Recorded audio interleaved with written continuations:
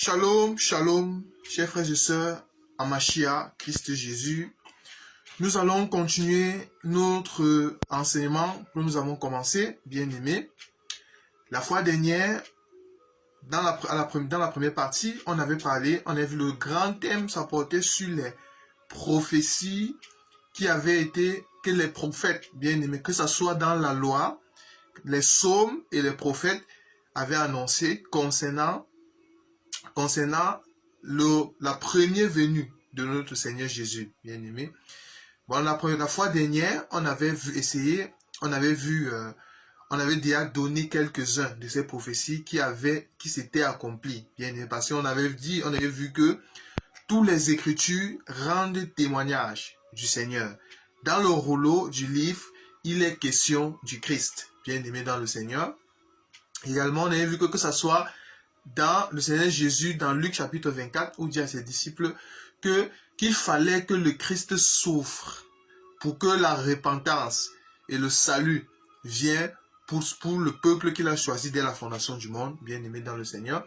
Et c'est là ce que je vous disais, qui était écrit de moi dans la loi, dans les psaumes et dans les prophètes, bien aimé dans le Seigneur. La fois dernière, on avait parlé du côté percé du Seigneur et on avait parlé du vinaigre. On avait expliqué le fait que sur la croix, quand notre Seigneur était crucifié, il avait dit « j'ai soif ». Et on lui avait donné du vinaigre. Le soldat avait pris un torchon en forme d'hysope. Il avait trempé, il a mis du vinaigre, il a donné à la bouche, il a tendu au Seigneur. Le Seigneur, dès que le Seigneur a goûté cela, le Seigneur, la parole de Dieu déclare qu'il rendit l'esprit, bien aimé dans le Seigneur. Et on avait expliqué que tout cela, le Seigneur était en train d'accomplir, bien aimé, il accomplissait les Écritures. Il fallait qu'il accomplisse les Écritures le concernant. Pourquoi? Parce que les prophètes avaient annoncé cela par avance. Les prophètes avaient annoncé, bon, pas l'Esprit de Christ qui était dans les prophètes. Bon, aujourd'hui, nous allons continuer l'enseignement, bien aimé dans le Seigneur. Seigneur Jésus, nous bénissons ton nom, nous te rendons grâce parce que tu es Seigneur, Roi des rois, Seigneur. Seigneur, nous te bénissons, nous te rendons gloire, Seigneur. Nous te disons merci pour ta parole, pour cette parole que tu nous as donnée, Seigneur. Et surtout parce que tu nous gardes, tu veilles sur nous, tu nous protèges, Seigneur. Seigneur Dieu Tout-Puissant, à qui d'autre irons-nous? Car ce n'est que toi qui as les paroles de la vie, Seigneur. C'est toi seul, Papa. Nous sommes tes brebis, Seigneur. Nous sommes tes brebis. Et Seigneur Dieu, ta parole déclare que tu es le bon berger et que tes brebis attendent ta voix et te suivent, qui ne suivront point autre personne, Seigneur. Oui, Seigneur. Et ta parole déclare encore, Seigneur, que tes brebis sont dans tes mains et personne ne peut ravir tes brebis entre tes mains. C'est pour ça, Seigneur Dieu, garde-nous, veille sur nous, veille sur ton peuple au nom de ta grandeur en Christ Jésus. Amen. Alors, bien-aimés dans le Seigneur, la fois dernière, on avait lu une écriture qui se trouvait dans 1 Pierre. On va relire l'écriture. Ça se trouvait dans 1 Pierre, chapitre 1er, à partir du verset 10.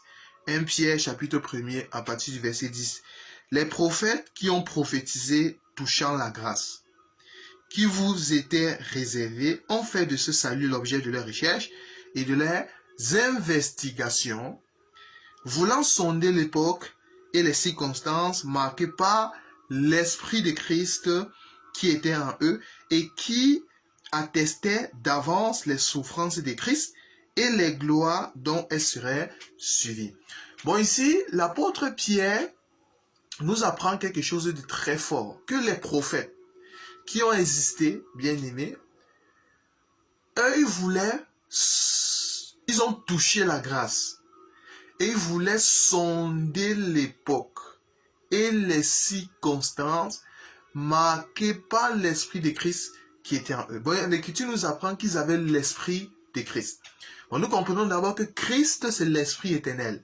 Bon, nous l'avons déjà dit, lorsqu'on parle du Christ, nous faisons dans cet évangile Christ et Jésus. Bon, Christ, c'est le nom, Jésus, c'est le nom qu'on a donné à Christ quand il est entré dans le temps. Parce que Jésus, c'est le corps. Jésus, c'est le corps, c'est-à-dire la nuée que Christ a pris pour entrer dans le temps. Parce que Christ, c'est l'Esprit éternel. Christ n'a pas de commencement de vie, Christ n'a pas de fin de vie. Je vais faire la différence entre les deux dimensions, Christ et Jésus. Bon, Jésus, c'était l'homme. Jésus, l'homme, c'était celui qui est né de Marie. Mais pour entrer dans le temps, il a fallu que Christ se fasse un corps. D'après, on peut donner un témoin, Hébreux chapitre 10, à partir du verset 5, qui nous dit « Tu n'as voulu ni sacrifice, ni holocauste, mais tu m'as formé un corps. » Bien-aimé. Bon, nous comprenons que le corps que le Christ a pris pour entrer dans le temps, c'était la nuée, c'est-à-dire Jésus. Bien-aimé. C'est-à-dire Jésus. C'est ce que tu nous dis encore dans Hébreux chapitre 2, de même que les enfants participent à la chair et au sang, il a également participé afin d'être semblable à ses frères. Ah bon, nous comprenons que c'est le corps que Christ a pris. C'est le corps. Parce que Christ, déjà, dans les prophètes, il y avait déjà l'esprit de Christ. Mais Christ, c'est caché. C'était la manne cachée, le mystère caché de tous les temps. Bien aimé dans le Seigneur. Bon, il faut bien faire attention avec ce détail-là. Parce que si vous ne comprenez pas déjà, vous n'arrivez pas déjà à voir cette dimension de Christ et Jésus, vous aurez vraiment les difficultés lorsque vous allez voyager dans les Écritures. Bon, je répète, Christ c'est le nom, Jésus c'est le nom qu'on a donné à Christ quand il est entré dans le temps, bien aimé dans le Seigneur. Donc Jésus c'était le corps dans lequel Christ se cachait. C'est pour ça que Jésus pouvait dire, moi et le Père nous sommes un. Celui qui m'a vu a vu le Père, bien aimé dans le Seigneur. Parce que Christ était en Jésus. Bon, Christ, c'était l'Esprit éternel. C'était l'Esprit et Jésus, c'était la nuée, c'était l'enveloppe. C'est que Christ se cachait. C'est pour ça que si nous allons même dans le jardin, bien aimé dans le Seigneur, quand Dieu crée Adam, Dieu souffle dans les narines. Quand Dieu a d'abord formé Adam, Adam n'était pas encore une âme vivante, bien aimé. Lisez l'écriture. Adam n'était pas encore une âme vivante. Ce qui a fait que Adam devint une âme vivante, c'était le souffle de Dieu dans les narines d'Adam. Bon, quand Dieu a soufflé dans les narines d'Adam, Dieu continue à dire que l'homme Adam était devenu l'image de Dieu. Ah bon, nous comprenons pourquoi. L'écriture nous dit dans Colossiens, Colossiens chapitre 1er, il est l'image du Dieu invisible. Il est l'image du Dieu invisible. Bon, c'est le souffle de Dieu.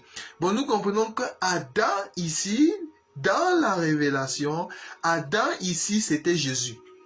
Bon, Adam, le corps, c'était Jésus. Bon, nous voyons que le soufflement de Dieu dans les narines d'Adam, c'était ça Christ qui prenait un corps. Bien aimé. C'était Christ qui prenait un corps. C'est ça le souffle de Dieu dans les narines d'Adam. Bon, nous comprenons que l'homme à l'image de Dieu, c'est Jésus. Ce n'est pas tous les... Parce que cette écriture, souvent, beaucoup de gens interprètent mal cette écriture. Les gens vont nous dire que non, tous les hommes du monde sont à l'image de Dieu. Très faux, bien aimé. Très faux. Ce n'est pas tous les hommes qui sont à l'image de Dieu, mais on devient image de Dieu. Mais quand est-ce qu'on devient image de Dieu? Parce que l'homme à l'image de Dieu, c'est Jésus. C'est Jésus qui est l'homme à l'image de Dieu, bien aimé. Bon, nous comprenons que c'est Adam qui a l'image, c'est Adam, mais pour que Adam soit l'image de Dieu, il faut que Dieu souffle dans ses narines. Bon, nous comprenons que le soufflement de Dieu dans les narines d'Adam, c'était Christ qui prenait le corps. C'est Christ qui prenait la nuée. Bien aimé dans le Seigneur. Bon, c'est Jésus-Christ, c'est Jésus qui est à l'image de Dieu. Maintenant, nous devenons l'image de Dieu quand nous avons Christ. C'est quand nous avons Christ que nous sommes image de Dieu. Bien aimé. C'est quand nous avons Christ que nous sommes l'image de Dieu. Bon, tous ceux qui n'ont pas Christ ne sont pas les hommes à l'image de Dieu. Parce que pour être image de Dieu, il faut avoir l'esprit de Christ.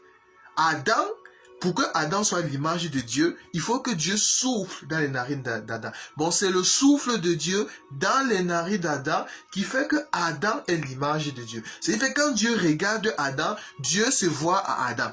Parce que quand Dieu a soufflé dans les narines d'Adam, Adam était devenu Dieu. Là, je suis dans la révélation. Adam était devenu Dieu, bien aimé. Quand Christ a pris le corps, quand Christ est entré dans le corps de Jésus, il est entré dans la nuée, Jésus est devenu Dieu. Bien-aimé. Parce que c'était Christ, l'Esprit éternel, le Père, qui s'est incarné dans le corps. Dans ce cas, ça, Jésus dit, moi et mon Père, nous sommes un. Bien-aimé. Bon, bref, c'était juste une parenthèse. Bon, bien-aimé dans le Seigneur, c'était pour dire, les prophètes, ici, ils avaient l'Esprit de Christ. Mais quel était l'objectif? C'était quoi l'objectif, bien-aimé dans le Seigneur?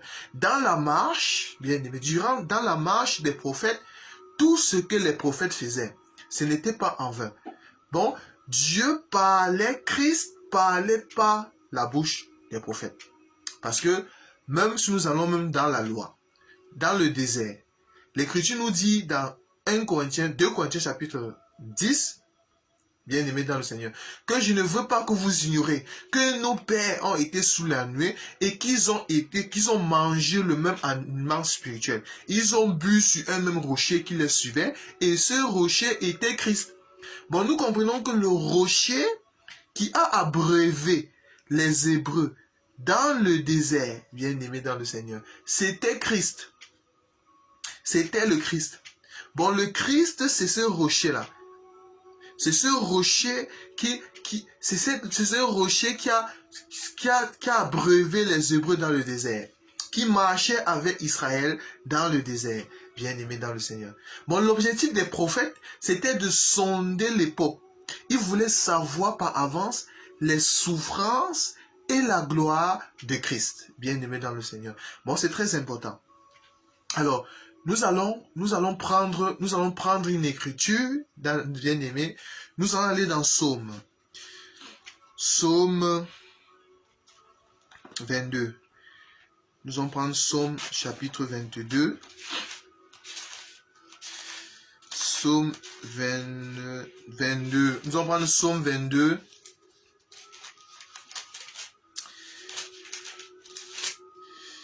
Alors, bon, ici, dans Psaume 22, bien-aimé dans le Seigneur, nous allons essayer de voir une écriture. Nous allons prendre Psaume 22 à partir du verset 18. Psaume 22 à partir du verset 18. Bon, cet enseignement, ça va vous permettre à bien comprendre Christ, à bien comprendre Jésus-Christ, à bien comprendre que le Christ n'a pas commencé à exister maintenant. Non. Ce n'est pas le Christ, c'est pas quand Jésus, le Christ a toujours existé, bien aimé. Nous voyons la marche de Christ dans les Écritures. C'est très important. Alors nous allons prendre Psaume 22 à partir du verset 18. Je pourrais compter tous mes os. Oh, eux, ils observent, ils me regardent. Ils se partagent mes vêtements. Ils tirent au sort ma tunique. Vous voyez ça? Ils se partagent mes vêtements. Ils tirent au sort ma tunique. Bon, nous comprenons ici là, dans le psaume 22, il s'agit ici là du psaume de David. Il s'agit, c'est David qui dit, il tire au sort mes vêtements. Il se partage mes vêtements. Il tire au sort ma tunique. Mais posons-nous la question. Mais David dit, quel était l'intérêt de David de dire ça? Bon, nous comprenons qu'en réalité, ce n'était pas David qui disait, bien aimé, mais c'était le Christ en David. C'était Christ qui disait. Bon, David ici, qui est le prophète, c'était le prophète David, bien aimé. Bon, nous comprenons que David étant prophète, Dieu parlait par David. C'est pour ça qu'il y a une écriture qui nous dit dans Hébreux chapitre 1er, verset 1er, que autrefois, Dieu nous parlait par les prophètes. Mais dans les derniers jours, Dieu nous parle par les fils. Ah, bon, nous comprenons que Dieu qui parlait par les prophètes, bien aimé, ce Dieu qui parlait par les prophètes, c'était le Christ. C'était le Christ. Il s'agit du Christ. Bon, c'était le Christ dans le vase.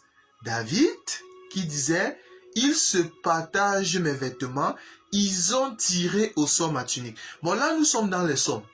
C'est ça le Seigneur Jésus qui a dit, c'est cela, ce que je vous disais, qui était écrit de moi dans la loi, dans les psaumes et dans les prophètes. Mais nous allons aller maintenant dans une écriture pour comprendre maintenant quand est-ce que cette écriture s'est accomplie? Parce que ça, c'était prophétique, c'était prophétisé, mais il fallait que Jésus-Christ vienne accomplir cela. Mais quand est-ce que cela a été accompli? Nous allons prendre une écriture dans Jean chapitre 19. Nous allons prendre Jean 19. Jean 19, à partir du verset 23.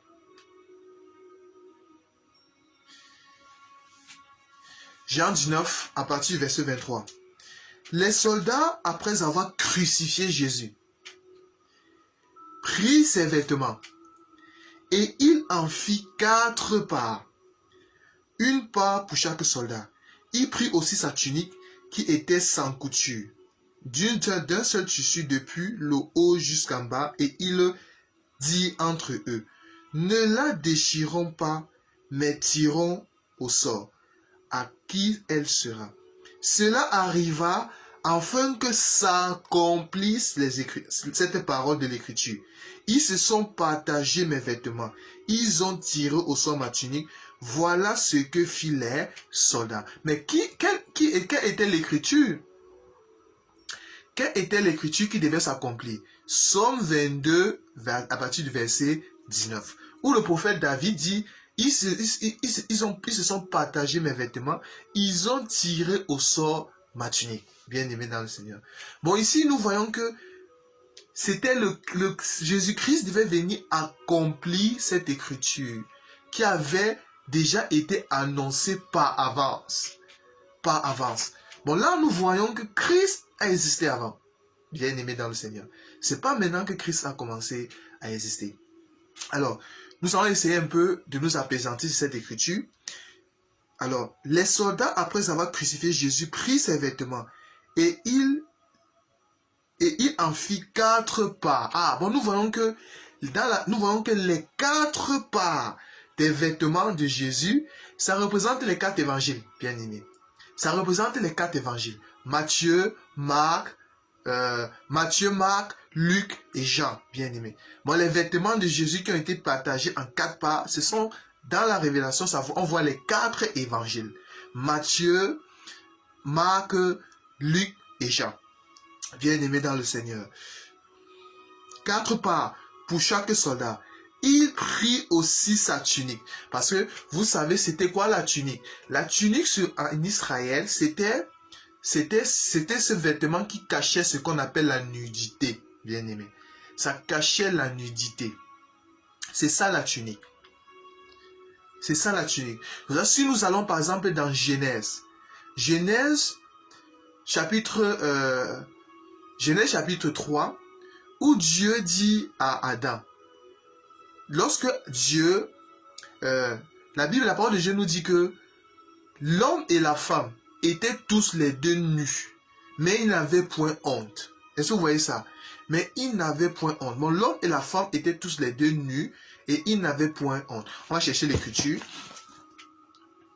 Nous allons prendre l'écriture, c'est Genèse chapitre combien? Voilà, c'était Genèse chapitre 2. Genèse chapitre 2 à partir du verset 3, à partir du verset 25. Genèse 2, 25. L'homme et la femme étaient tous deux nus et ils n'avaient point honte. Bien aimés dans le Seigneur. Mais la question qu'on doit se poser, quelle était cette nudité-là qui faisait que l'homme avait et qui faisait que l'homme n'avait pas honte, bien aimé dans le Seigneur. Mais ce qu'il faut savoir, c'est que dans la parole de Dieu, il existe 2 types de nudité. Adam, bon, si j'essaie d'aller dans le jardin, par rapport à l'écriture, si j'essaie de voyager dans le jardin, il y a une première nudité qui est la nudité de gloire. Cette première nudité-là, c'est la nudité que Adam avait quand Adam n'avait pas péché. Parce que Adam était nu, tout simplement parce que Dieu est aussi nu. Bien aimé. Adam pouvait voir la nudité de Dieu. C'est pour ça que Adam était nu. Mais maintenant, ça c'est un langage. Posez-nous la question maintenant, c'est quoi la nudité de Dieu, bien aimé? Nous comprenons que Adam, pour que Adam voie la nudité de Dieu, c'est pas Adam était dans le lieu saint. Parce que dans le lieu très saint, Dieu est nu, bien aimé. Si nous parlons dans le tabernacle a 3 parties. Nous comprenons que la nudité, c'est la gloire de Dieu. C'est ça la nudité. Lorsqu'on parle de nudité, ne voyez pas nudité physique. Non. Ce n'est pas la nudité physique comme tu n'as pas l'habit. Non. Bon, la nudité que nous parlons ici, il s'agit de nudité de gloire. C'est-à-dire la gloire de Dieu. C'est la gloire de Dieu. Mais quand Adam n'avait pas péché, quand les Jésus dit que l'homme et la femme étaient tous les deux nus, c'est parce qu'ils n'avaient pas encore péché. Là, je parle de la première nudité. Parce que Adam avait la présence de Dieu. Adam avait le revêtement. Adam avait la gloire de Dieu qui l'enveloppait. Mais quand Adam a péché, c'est en ce moment maintenant que il connut qu'ils étaient nus. Bon, nous comprenons qu'ici la nudité change de position. Pourquoi nous disons prendre Genèse? Genèse.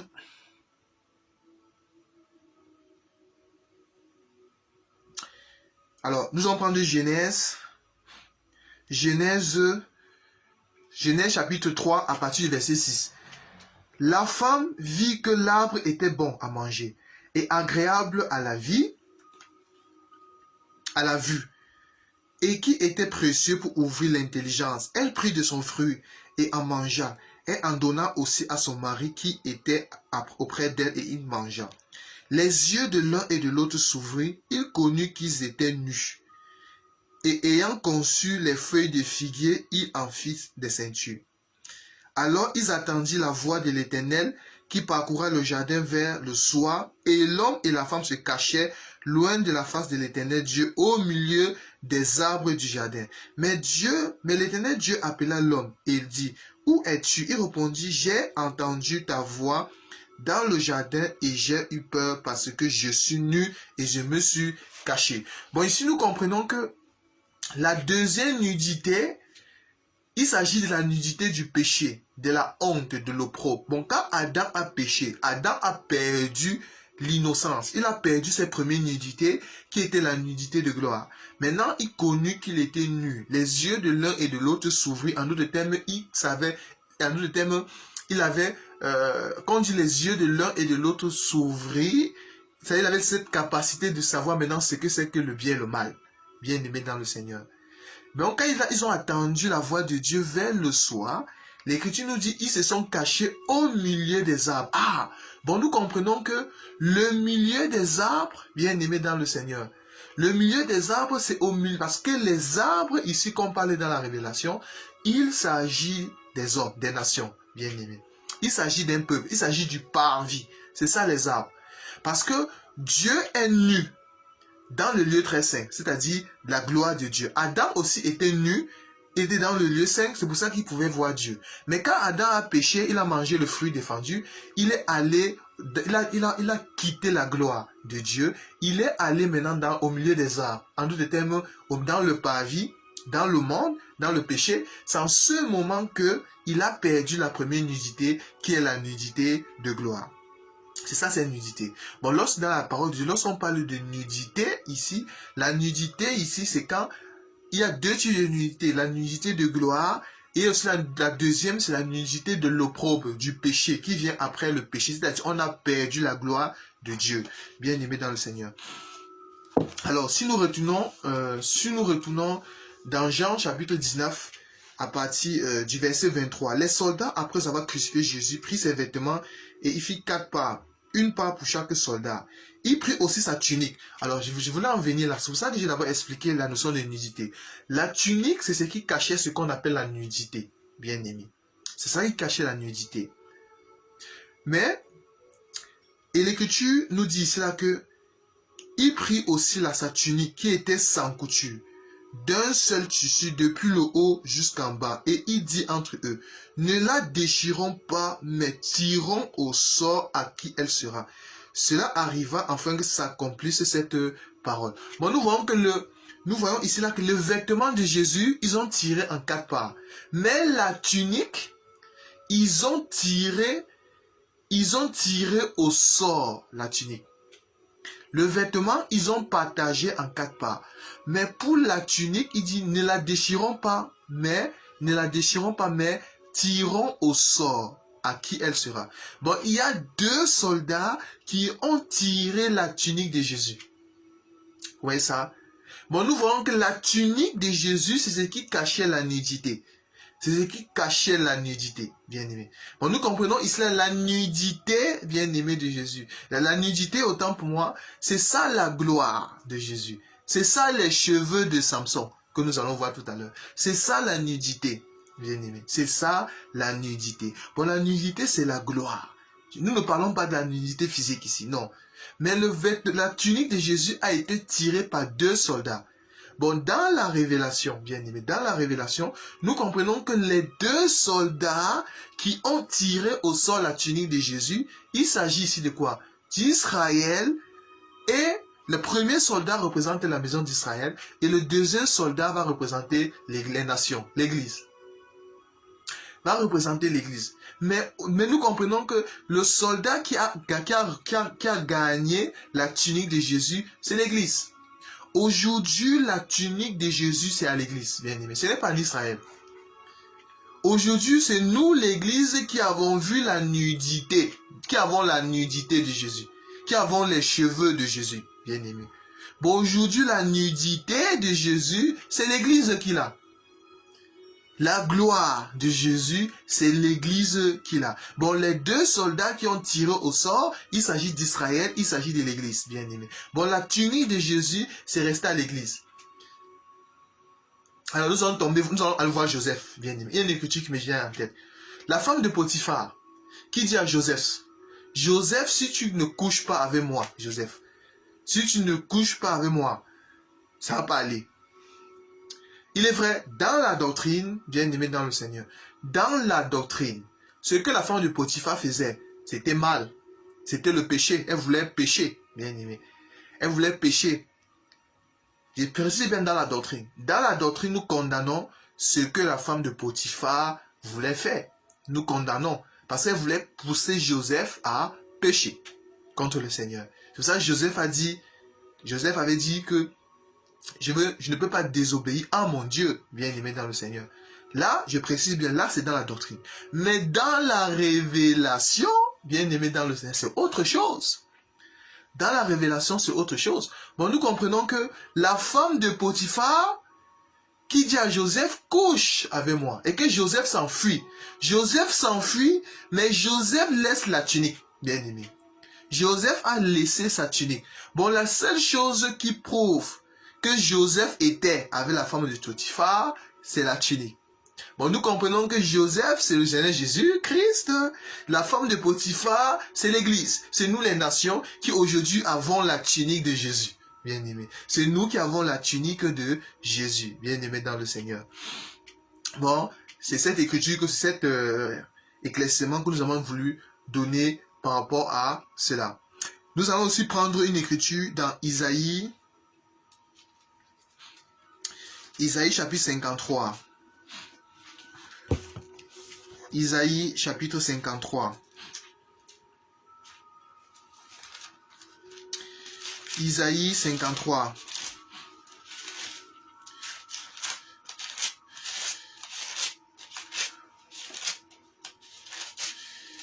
Isaïe 53 à partir du verset Isaïe 53 à partir du verset 6. Isaïe 53 à partir du verset 6. Qu'est-ce qu'il est dit? Il a été, nous commençons à partir du verset 6. Nous étions tous errants, comme des brebis. Chacun suivait sa propre voie. Et l'Éternel a fait retomber sur lui l'iniquité de nous tous. Il a été maltraité et opprimé. Et il n'a point ouvert la bouche. Semblable à un agneau qu'on mène à la boucherie, à une brebis muette devant ceux qui la tondent. Il n'a point ouvert la bouche. Bien aimé dans le Seigneur. Bon, ici, notre Seigneur Jésus, il est semblable à cet agneau, à cette brebis qui est muette devant ceux qui la tondent. Ah, bien aimé dans le Seigneur. Bon, il était muette devant ceux qui la tondent. Il n'a point ouvert la bouche. Vous voyez ça? Bon, le prophète Isaïe avait déjà prophétisé cela. Mais quand est-ce que cela s'est accompli? Nous allons essayer de voir. Quand est-ce que cela s'est accompli? Nous allons prendre Matthieu chapitre 27. Matthieu 27. Matthieu 27, à partir duquel l'écriture, à partir du verset Matthieu 27 à partir du verset 11. Bon, ici nous allons voir notre Seigneur Jésus, il était comme ces brebis muettes devant ceux qui l'attendent, qui devaient passer à la boucherie. Vous voyez ça? Qui devaient passer à la boucherie. Bon, avant d'expliquer cette écriture, nous allons d'abord montrer comment cette prophétie s'est accomplie. Alors, Matthieu chapitre 27 à partir du verset 11. Jésus comparut devant le gouverneur. Le gouverneur l'interrogea en ces termes. Es-tu le roi des Juifs? Jésus lui répondit, tu le dis. Mais il ne répondit rien aux accusations des principaux sacrificateurs et des anciens. Alors Pilate lui dit, n'attends-tu pas de combien de choses il t'accuse? Et Jésus ne lui donna de réponse sur aucune parole, ce qui étonna beaucoup le gouverneur. Bon, ici, nous voyons que cette écriture s'accomplit. Parce que face à toutes les accusations, bon, nous comprenons que devant ceux qui tondent l'agneau, il était muet devant ceux qui l'attendent. Bon, nous comprenons la tondaison, nous allons en parler, bien aimé dans le Seigneur. On peut aussi voir, c'est tous ceux qui accusaient Jésus. Bon, Jésus était dépouillé. Christ s'est dépouillé de sa gloire. Vous voyez ça? C'est ça la tondaison. Il s'est dépouillé de sa gloire. Puis là, lui pose les questions. Jésus lui pose la question à savoir, ne réponds-tu rien face à toutes les accusations les accusations qui sont contre toi? Jésus n'a pas ouvert la bouche, bien aimé dans le Seigneur. Mais nous voyons que cette écriture, Jésus devait l'accomplir aussi. Christ, autant pour moi, Christ devait l'accomplir. Le Christ devait l'accomplir, bien aimé dans le Seigneur. Mais que veut dire cette écriture? Quand l'écriture nous dit dans Isaïe chapitre 53, Isaïe 53 à partir du verset 7, il a été maltraité et opprimé, il n'a point ouvert la bouche. Semblable à un agneau qu'on mène à la boucherie, à une brebis muette devant ceux qui l'attendent, bien aimé dans le Seigneur. Bon, nous comprenons que Jésus, c'était cet agneau-là, qu'on devait mener à la boucherie. Mener à la boucherie, bien aimé dans le Seigneur, en d'autres termes, c'est Jésus qui devait passer à Golgotha. C'est ça la boucherie. Il devait passer à la boucherie. Mais quand l'Écriture dit, il est muet devant ceux qui l'attendent. Ah, nous allons comprendre que la tondaison, c'est quand on retire les cheveux, bien aimé. La tondaison, c'est le dépouillement. Voilà, nous comprenons pourquoi dans Philippiens, bien aimé, l'Écriture nous dit, lui qui était... Nous allons prendre l'Écriture dans Philippiens. Philippiens combien?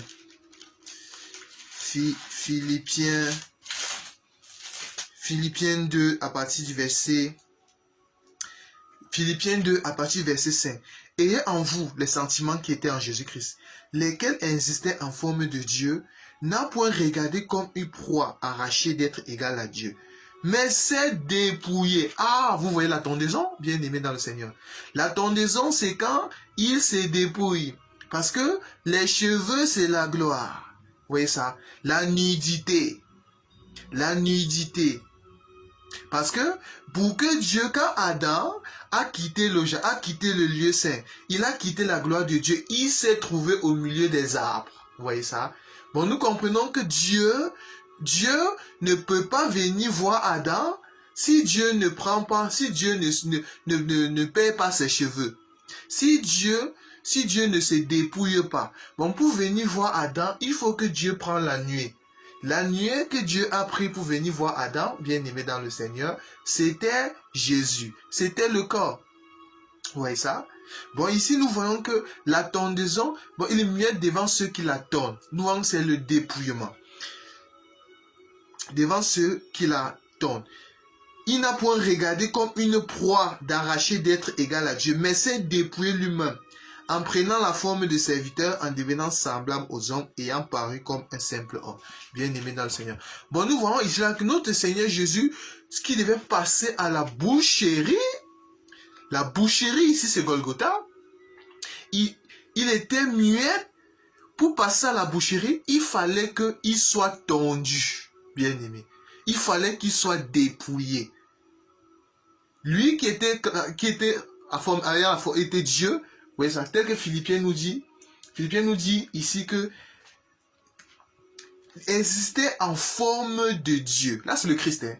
Existant en forme de Dieu, n'a point regardé comme une proie, arraché d'être égal à Dieu, mais c'est dépouillé. Bon, en d'autres termes, la tondaison. La tondaison. Oui, ça. Nous allons prendre Juge, chapitre 6.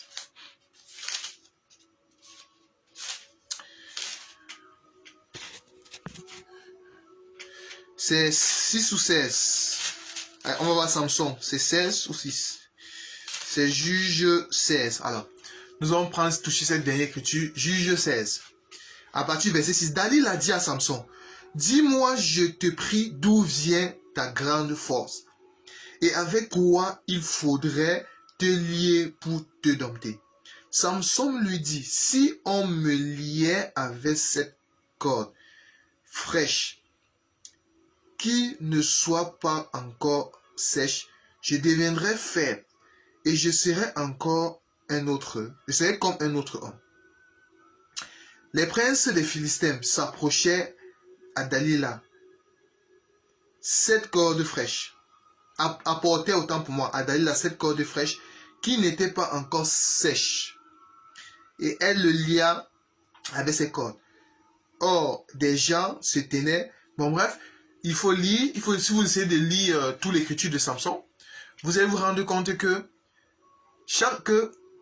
la force de Samson, c'était dans les cheveux. Bien aimé dans le Seigneur. Dalila demande à Samson parce que Dalila demande à Samson d'où vient ta force. Mais on apprend que Samson a menti à Dalila 3 fois.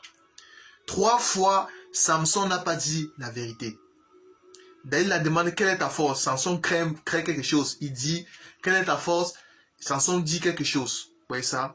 Samson n'a pas dit l'exactitude d'où venait sa force. On ne pourrait pas être une occasion de chute pour certaines personnes. Je ne dirais pas que Samson a menti. Je dirais que Samson n'a pas révélé. Voilà. Samson n'a pas révélé d'où venait sa force. Pas 3 fois. C'est à la 4e fois, bien aimé dans le Seigneur. C'est à la 4e fois que Samson a révélé d'où provenait sa force à Dalila. Vous voyez? Bon, nous comprenons que les 3 fois que Samson n'a pas révélé, bien aimé, n'a pas révélé d'où venait sa force, les 3 fois que Samson n'a pas, parce que Samson qui cachait, tant que Dalila n'avait pas la révélation de la force de Samson, Dalila ne pouvait pas avoir la vie. Dalila ne pouvait pas avoir la vie. Bon, les 3 fois que Samson n'a pas révélé à Dalila la provenance de sa force, bien aimé, il s'agit de quoi? La loi, les psaumes et les prophètes, bien aimé. Parce que la loi, les psaumes et les prophètes ne pouvaient pas donner la vie. Bon, nous comprenons pourquoi Christ a dit, tous ceux qui sont venus avant moi sont les voleurs et les brigands, bien aimé. Mais la 4e fois, bien aimé dans le Seigneur, la 4e fois, Dalila a dit à Samson, si tu m'aimes, alors, dis-moi alors, d'où provient alors ta force? Bon, nous comprenons pourquoi l'Écriture nous dit, la faiblesse, Christ a été crucifié à cause de sa faiblesse. Vous voyez ça? Christ a été crucifié à cause de sa faiblesse. Bon, c'est à cause de sa faiblesse. C'est à cause d'une femme que Christ a été crucifié. Et la femme que Christ a été crucifiée, attention, là, je suis dans la révélation, bien aimé dans le Seigneur.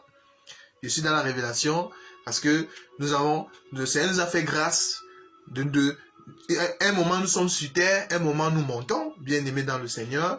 Bon, pour nous suivre, il faut vraiment avoir la capacité de manger cette nourriture. Bon, nous comprenons que ici nous voyons que Christ a été crucifié. L'Écriture nous dit dans 2 Corinthiens, chapitre, on va trouver l'Écriture. C'est 2 Corinthiens, chapitre combien? 2 Corinthiens. Voilà. C'est 2 Corinthiens 13, à partir du verset 4. Car il a été crucifié à cause de sa faiblesse. Vous voyez ça? Il a été crucifié à cause de sa faiblesse. Mais quelle était sa faiblesse? Il est vrai que la faiblesse de Christ, c'était Jésus. Mais la faiblesse de Christ, c'était aussi une femme. Bon, Christ a été crucifié à cause d'une femme. Et cette femme-là, c'est Dalila, bien aimé. Cette femme-là, c'est Dalila. Bon, Samson ici, qui est Jésus-Christ, il a été crucifié. Bon, nous comprenons que Samson ici, c'est Jésus. Samson, c'est Jésus. Dalila dit à Samson, ah Samson, quel est le secret? Quel est ton secret? Si tu dis que tu m'aimes, alors dis-moi alors, quelle est la provenance de ta force? C'est en ce moment qu'à la 4e fois, Samson dit à Dalila que si tu me rases les cheveux, ah là nous voyons la tondaison. Si tu me retires les cheveux, là maintenant je dois devenir faible. Vous voyez?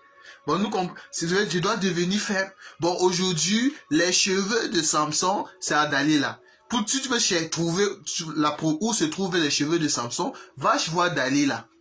Va voir Dalila. Va voir la faiblesse de Samson. Va voir Dalila. Bon, nous comprenons que Dalila, ici dans la révélation, il s'agit de l'église. Elle représente l'église. C'est Dalila. Bon, aujourd'hui, les cheveux de Samson, la tunique de Samson, bien aimé, les cheveux de Jésus, la tunique de Jésus, la tunique de Joseph, pour voir la femme de Potiphar, voir Dalila, c'est là où tu vas voir la gloire de Christ. Bon, aujourd'hui, la puissance de Jésus. Jésus-Christ agit, la puissance de Dieu, c'est dans l'église. C'est dans l'église, le corps du Christ. C'est pour ça le Seigneur Jésus-Christ a dit, tu es Pierre, et sur ces pieds, je bâtirai mon église. Aucune force du séjour des morts ne pourra ébranler cela. Bon, aujourd'hui, la gloire du Seigneur, la face de Dieu, c'est dans l'église corps du Christ. Bien aimé dans le Seigneur. Bon, c'est ça la tondaison. Bon, Jésus, c'était cet agneau qui devait passer à l'abattoir, qui devait être muet devant ceux qui l'attendent. Vous voyez ça? C'est pour ça quand Dalila coupait les cheveux de Samson, Samson était calme. En réalité, Samson savait qu'on le coupait les cheveux. Il savait. Il savait bien qu'on le coupait les cheveux. Mais il a laissé. Il a laissé que Dalila prenne ses cheveux. Bon, aujourd'hui, c'est nous les Dalila qui avons pris les cheveux de Samson. Bon, nous comprenons que les cheveux de Samson, c'est Samson qui s'est dépouillé. Il s'est dépouillé afin de faire de sa femme une femme puissante, bien aimée. Bon, aujourd'hui, l'église corps du Christ, je ne parle pas d'église bâtiment, je parle de l'église corps du Christ, bien aimé dans le Seigneur, que Christ est la pierre angulaire, que Christ a bâti, bien aimé dans le Seigneur. C'est une église puissante, bien aimée dans le Seigneur. Bon, nous allons nous arrêter là, bien aimé dans le Seigneur. Aujourd'hui, nous avons juste partagé ces 2 points-là. La prochaine fois, nous allons continuer avec cette écriture. Merci Seigneur Jésus, merci pour ta parole, merci tendre Père, pour tout ce que tu fais pour nous Seigneur. Oh Papa, tu nous as donné, tu t'es dépouillé Seigneur, tu nous as donné tes cheveux, tu nous as donné ta tunique Seigneur. Aujourd'hui, c'est nous qui avons la gloire Seigneur. Cette église, Papa Yahweh, nous qui sommes le sel de la terre, la lumière du monde Seigneur. C'est pour ça Papa Yahweh, fortifie-nous davantage, afin que nous puissions nous sanctifier, afin de rentrer à la maison, parce que nous sommes voyageurs, pèlerins, étrangers sur la terre.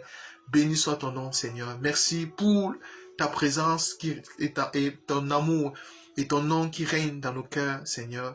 Fortifie-nous et que toute la gloire te revienne. Amen. Maranatha, Maranatha, notre Seigneur Jésus qui revient bientôt. À la prochaine et surtout n'oubliez pas, préparons-nous et surtout lavons nos robes. Shalom.